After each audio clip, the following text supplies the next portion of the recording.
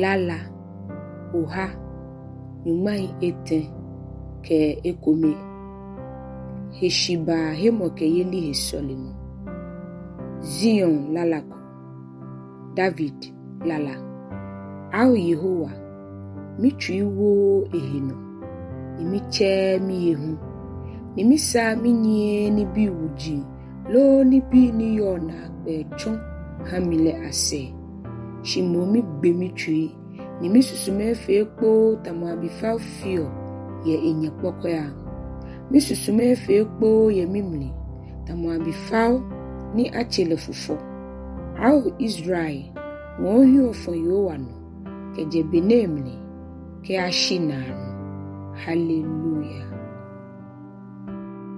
lala uha nyumai eten ke enyo solimo wele kafo au Yehowa kai mo David ke amanehunu ife ni enale boni ekambo Yehowa kita ni ewobo Yakob nyumo hewaloko meleshiake mi bote mi welemli ni mi kwa mi sa cholehu mi be mi himei ni mi jie mi himei se ke ashi beyino ni manna hekoma ha Yehowa ke ashi manna shinle he maha Yakob nyumo hewalo ko mele na wanupa mwade kale he Bethlehem ni wayana Yarim ngaleno wakeake nye hawa bete ya Yehowa wele nye hawa ja ye manchesen lehi au Yehowa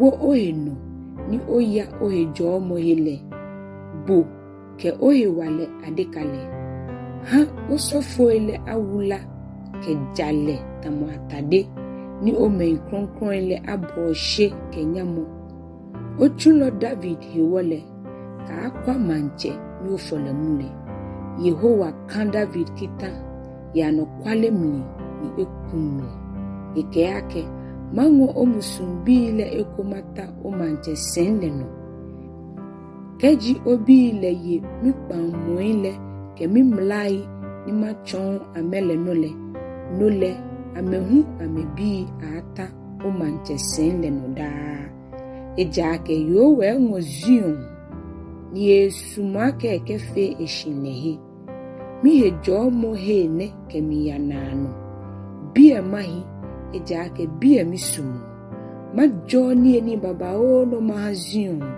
ni ohiafo ele hu maha ametro kema isofo ele mi kemi yiwala here mo awo ametamu atade ni me kronkron ele aboshe kenyamo maha manche wuluko aje David shuele amni ni maha moni mi fole mule lumoyelile amashi ehenye loele owo amehegbele shinlele ikekrele akple hallelujah lala uha nyumai eten ke eten akekafo nyemisumo Zion lalako kwa boni ehi boni eye ofel kedi nyemi me ife ko meke hishinle etamomu papa ni tirawa ni yo yite ni chiro eshuo chemli ni ji aron chenle echiro ke ba shuo etade yule na abule no etamohe mombo ni yo Zion gojinle anole eja ke yo we wo Zion jomo ke wala hishi ke ashinano hallelujah lala oha nyumai eten ke edwe nye bawo jia nyumoyi Zion lalako nye jia Yehowa yi nye Yehowa chuji mfe ni somo onyo Yehowa wele nye wole anye ni jia no ye solemomli ye he kronkron le nye jia Yehowa yi Yehowa ni bonwe ke shipon le aje Zion ajobo hallelujah lala oha nyumai eten ke enu ijie mo lala nye jia Yehowa gbe ile yi nye Yehowa chuji mfe nye jia eyi Ye meini nye damo Yehowa wele, ye wonyumole wele kpoile anole, nye jia Yehowa yi, ejake Yehowa hi. Nye la nye jia igbaile yi, ejake emli hi, ejake Yehowa engo Yakob ehale dienche ehe, engo Israel efele dienche eno, ejake miliake Yehowa jiagbo, iwonu chole efenyu mo ife. No fe no ni sa Yehowa hi, ye mwen, ke shipon le no, ye nshoke bui vovo ele amile, no efio. Le di moni ha atatu wo, ke jo shipon le na gbehele. Le eha srawa bla ke fata nune muhe, ni eha koyo fa, ke jo enito hele. Etuya Egypt promobile ni ke de gbomono, ke ashikolo no. Egypt le efe okadi, ke na kpe ni yemli, ke bla farao, ke echuji mfe atwe. Ni etuya majin pi ani, ni egbegbe majin achemehi waloi. Egbesion amobile amanche, ke Og basha manche lehu, ke kana manche meile fe. Ingo ameshikon le eha,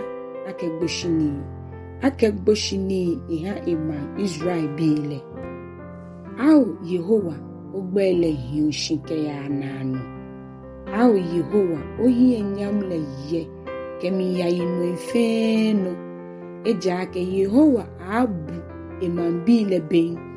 Ni ebusu achole ya echujile ahi.